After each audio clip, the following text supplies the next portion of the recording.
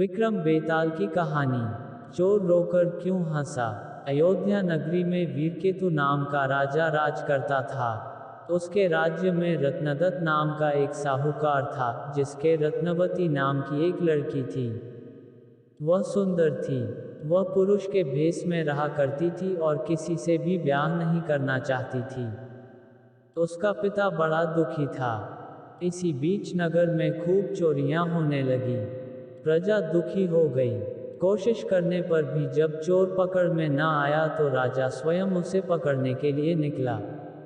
एक दिन रात को जब राजा भेष बदलकर घूम रहा था तो उसे परकोटे के पास एक आदमी दिखाई दिया। राजा चुपचाप उसके पीछे चल दिया।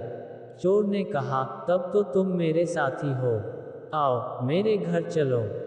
दोनों घर पहुंचे। उसे बिठलाकर चोर किसी काम के लिए चला गया। इसी बीच उसकी दासी आई और बोली, तुम यहाँ क्यों आए हो? चोर तुम्हें मार डालेगा, भाग जाओ। राजा ने ऐसा ही किया। फिर उसने फौज लेकर चोर का घर घेर लिया। जब चोर ने ये देखा तो वह लड़ने के लिए तैयार हो गया। दोनों में खूब लड़ाई हुई। अंत में चोर हार गया। राजा उसे पकड़कर राजधानी में लाया और उसे सूली पर लटकाने का हुक्म दे दिया। संयोग से रत्नवती ने उसे देखा तो वह उस पर मोहित हो गई। पिता से बोली, मैं इसके साथ ब्याह करूंगी, नहीं तो मर जाऊंगी। पर राजा ने उसकी बात न मानी और चोर को सूली पर लटका दिया। सूली पर लटकने से पहले चोर पहले तो बहुत रोया, फिर खूब हंसा।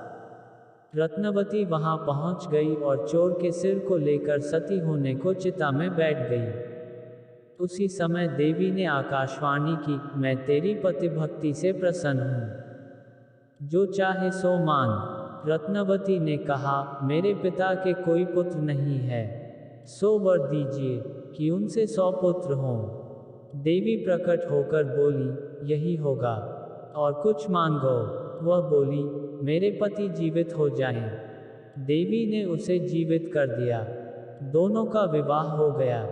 राजा को जब यह मालूम हुआ तो उन्होंने चोर को अपना सेनापति बना लिया। इतनी कहानी सुनाकर बेताल ने पूछा, हे राजन, यह बताओ कि सूली पर लटकने से पहले चोर क्यों तो जोर जोर से रोया और फिर क्यों हंसते हंसते मर गया? राजा ने कहा, रोया तो इसलिए कि वह राजा रत्नदत्त का कुछ भी भला न कर सकेगा। हंसा इसलिए कि रत्नवती बड़े बड़े राजाओं और धनिकों को छोड़कर उस पर मुग्ध होकर मरने को तैयार हो गई। स्त्री के मन की गति को कोई नहीं समझ सकता। इतना सुनकर बेताल गायब हो गया और पेड़ पर जा लटका।